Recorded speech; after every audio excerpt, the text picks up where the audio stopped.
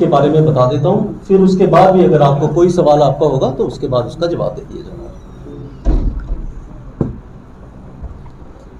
16 अगस्त शाम को तकरीबन 10 बजे शहजादा नाम की एक लेडी जो कि श्रीनगर की रहने वाली है और डिसीज्ड नूरुल हबीब की सिस्टर हैं, वो पुलिस पोस्ट सिद्रा में कॉल करती हैं और कहती हैं कि मेरे फ़ोन मेरे ब्रदर उठा नहीं रहे हैं, काइंडली आप हमारे घर पर जाएं और एक बार देखिए कि सब चीज़ें ठीक हैं। इस कॉल के बाद जब हमारी टीम तभी विहार सिद्रा में लेन नंबर 32 में जो घर है वहां पे जाती है तो देखते हैं कि घर जो है वो अंदर से बंद है। वहां घर से फाउल स्मेल आ रही थी। इस चीज पे शक करते हुए हमारी टीम ने ताले तोड़े और घर के अंदर गए। वहां पे 4 बॉडीज मिली।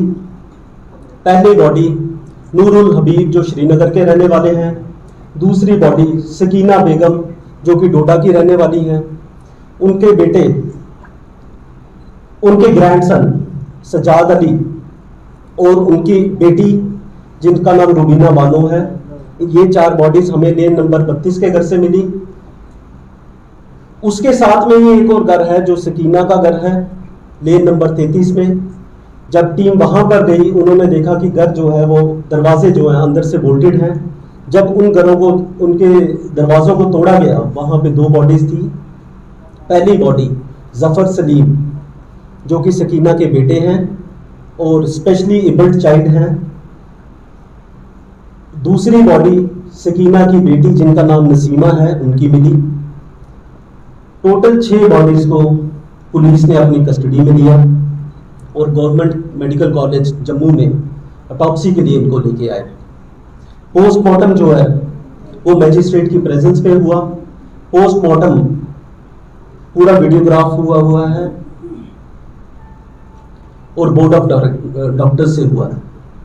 उसके बाद विसरा के सैंपल्स जो हैं केमिकल एग्जामिनेशन के लिए एफएसएल में भेजे गए हैं, जिसकी रिपोर्ट अभी तक अवेटेड है। इसमें सिट कॉन्स्टिट्यूट हुई और सिट को हेड किया संजय शर्मा साहब, एसपी रूरल जम्मू, जो मेरे साथ मौजूद हैं। सिट के मेंबर्स रहे SDPO Nagrota, SHO Nagrota, in charge police post Sidra. इसमें सिट कॉन्स्टिट्यूट हुई और सिट को हेड किया संजय शर्मा साहब, एसपी रूरल जम्मू, जो मेरे साथ मौजूद हैं। सिट के मेंबर्स रहे SDPO Nagrota, SHO Nagrota, in charge police post Sidra.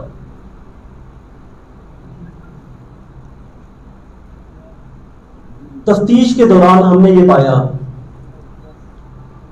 कि नूरुल हबीब जो श्रीनगर के रहने वाले हैं, तकरीबन 1997 में, आज से 25 साल पहले ये जम्मू में मूव किए। कंसल्टेंसी का ये काम करते थे और इनके घर में सकीना नाम की जो लेडी है, डोडा की रहने वाली है, वो एज ए डोमेस्टिक हेल्प काम करती थी। मेडिकल इश्यूज भी थे इनके, इन द सेंस कि मैंने पहले ही बताया 2 बच्चे डिफरेंटली एबल्ड थे, स्पेशली एबल्ड थे। उन वजह से ये फैमिली काफ़ी ज़्यादा डिपेंडेंट थी नूर जो है उनके ऊपर फाइनेंशियल मैटर्स में, और डोमेस्टिक हेल्प के लिए ये उनके घर में काम करते थे। सजाद अली के पढ़ाई का खर्चा भी नूरुल हबीब ही उठाते थे और बाकी भी इनकी ज़रूरतें जो थी पैसे की वो यही पूरे करते थे। फैमिली मेडिकल इश्यूज के साथ साथ इनके कुछ डिस्प्यूट्स भी चल रहे थे।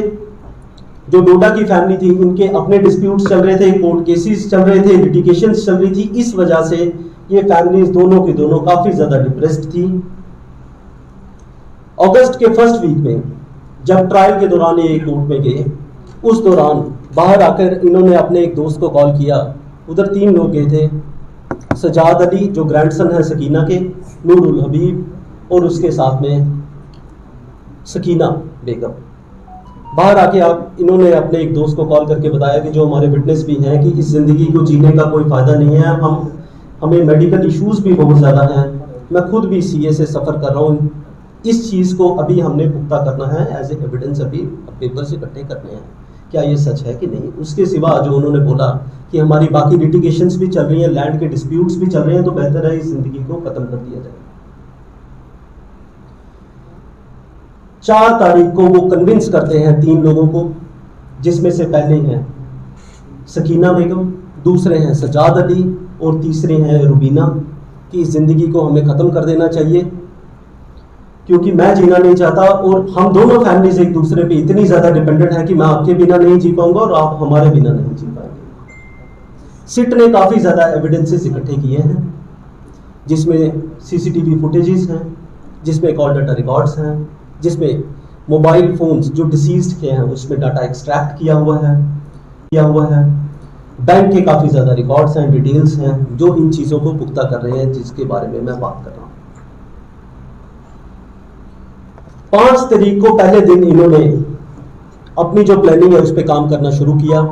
पहली बार इन्होंने मेडिकल शॉप्स जो जम्मू में हैं वहाँ से ये कुछ मेडिसिन लेके आए, आईवी फ्लूइड्स लेके आए, कैनोलास लेके आए, ड्रिप्स लेके आए, कुछ मेडिसिन लेके आए और डाइपर्स लेके आए, जिसके बारे में मैं आपको आगे बताता हूँ इनका इस्तेमाल इन्होंने कैसे किया। 6 अगस्त की अगर मैं बात करूँ, इन्होंने इस टाइम पे संजीव कुमार के नामक एक आदमी जो कि जम्मू के रहने वाले हैं और हेल्थ वर्कर हैं, इनके पहले भी नोन थे, इन्हें अपने घर में बुलाया और बताया कि जो 2 बच्चे हैं स्पेशली एबल्ड, इनको काफ़ी ज़्यादा परेशानी है, अगर आप इनमें कनूला इनकी आर्म्स में फिक्स कर देंगे तो इनको हम मल्टीविटामिन्स दे सकते हैं। उनके साथ साथ उन्होंने ये भी कहा कि हमें खुद भी बुखार है और काइंडली ये कनूला जो है हमारी आर्म्स में भी फिक्स कर दें। 7 तारीख को पहली बार इन्होंने ड्रग्स इन्फ्यूज करना शुरू किए 2 बच्चों पे।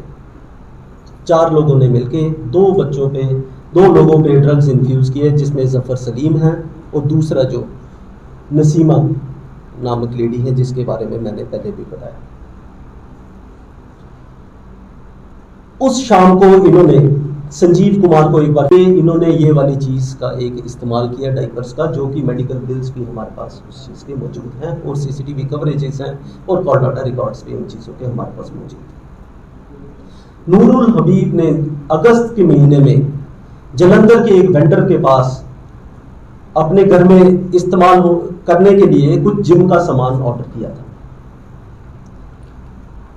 13 अगस्त को ये वापस वेंडर को कॉल करते हैं जलंधर में और कहते हैं कि हमें इस सामान की अब जरूरत बिल्कुल नहीं है, हमारे घर में जितने भी लोग हैं वो काफ़ी ज़्यादा बीमार हैं और हमें ये सामान आप बिल्कुल नहीं चाहिए, तो कृपया करके ये अपना सामान आप अपने पास ही रखें।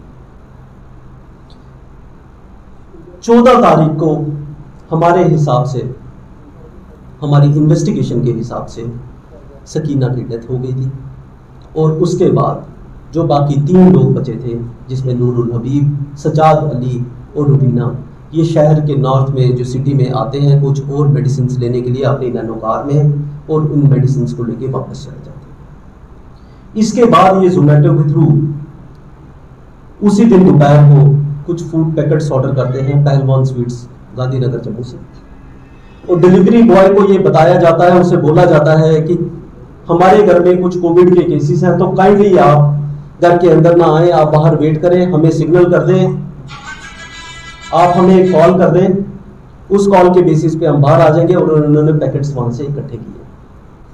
14 तारीख की शाम को इन्होंने फिर एक बार संजीव कुमार को अपने घर में बुलाया और जैसे कि नॉर्मली अगर कोई पेशेंट बीमार होता है, कैनूलास को फिक्स करने के लिए, उसको फ्लश आउट करने के लिए, उसको क्लियर करने के लिए उस चीज़ की मदद ली।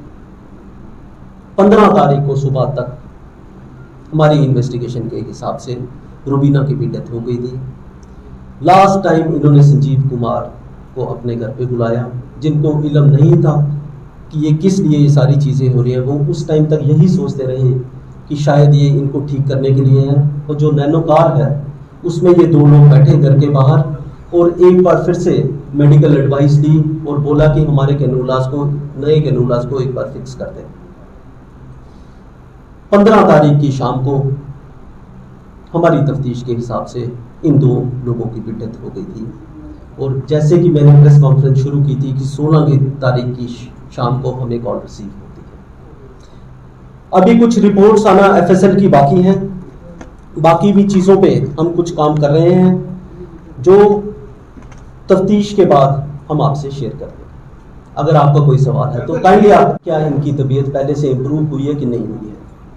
संजीव कुमार, उसको पता नहीं था कौन से ड्रग्स दिए जा रहे हैं, इन द सेंस कि उनके सामने सिर्फ यही बताया था कि हम आईवी फ्लूइड्स दे रहे हैं, मल्टीविटामिन्स दे रहे हैं। उन्होंने कहा कि इन बच्चों की तबीयत जो है वो डिटेरियोरेट हो रही है, आप काइंडली इन्हें किसी डॉक्टर से कंसल्ट करें और किसी डॉक्टर को दिखाएं। 7 तारीख को ही ये एक आदमी जिसका नाम विजय कुमार है, जो बाई प्रोफेशन एक प्लम्बर है, उनको बुलाते हैं नूरुल हबीब अपने घर पे और उन्हें ये थोड़ा सा तफसीलन समझा देते हैं कि हम अपनी ज़िंदगी ख़त्म करने जा रहे हैं। तो काइंडली जो 33 नंबर लेन में घर है उसके पीछे आप एक पिट खोद दें, एक खड्डा खोद दें जहाँ पे 2 बॉडीज़ को बरी किया जा सके। इसके बाद 9 तारीख को विजय कुमार आते हैं, 2 लोगों को अपने साथ एंगेज करते हैं और इस घर में खड्डा खोद देते हैं और इसके लिए नूरुल हबीब उन्हें 2.5 लाख रुपया देते हैं, जिसमें से हमने काफ़ी कैश, अब अरेस्ट कर लिया गया है इनको, विजय कुमार को, और काफ़ी सारा कैश हमने we have seized that cash. 12 तारीख को इसके बाद हमारी तफ्तीश के हिसाब से, जबकि अभी पूरी रिपोर्ट्स आना बाकी हैं, 2 लोगों की डेथ हो गई थी, जिसमें से पहले जो शख्स थे उनका नाम है जफर सलीम और जो दूसरी लेडी है जिनका नाम है नसीमा। उसी दिन इन्होंने फिर इन्होंने इसके बाद प्लान किया कि सकीना नाम की जो लेडी है, अब इसको हम ड्रग्स इंफ्यूज करेंगे। इसके साथ साथ मैं आपको एक और चीज़ बताता चलूँ जो कि काफ़ी इम्पोर्टेंट है कि किस तरीके से इन्होंने ये सारी चीज़ें प्लान की। 6 अगस्त के बाद दोनों ही घरों में CCTVs थे, उनको डीएक्टिवेट कर दिया जाता है, डिसेबल कर दिया जाता है ताकि कोई भी फुटेज कवरेज उसकी ना हो सके। दूसरी चीज़, इन्होंने ACs का टेम्परेचर काफ़ी कम रखा था, ये उस टाइम में भी हमने मौके पर जाकर देखा था, ताकि जो है बॉडीज डिकम्पोजिशन होने में थोड़ा सा वक्त लगे। तीसरी चीज़, इन्होंने फ्रेग्रेंस के लिए डिस्पेंसर्स लगा रखे थे ताकि जो परफ्यूम है, सेंट जो है वो हवा में फैलती जाए और जो फाउल स्मेल है वो बाहर ना आए।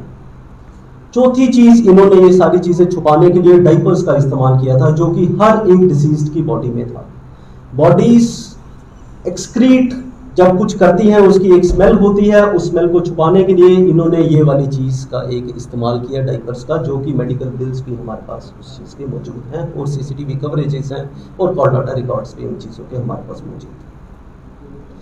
और बोला कि हमारे कैनूलास को, नए कैनूलास को एक बार फिक्स कर दें।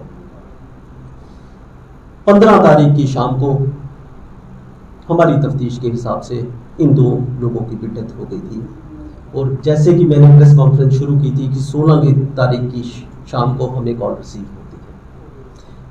अभी कुछ रिपोर्ट्स आना FSL की बाकी हैं, बाकी भी चीज़ों पे हम कुछ काम कर रहे हैं जो तफ्तीश के बाद हम आपसे शेयर कर देंगे।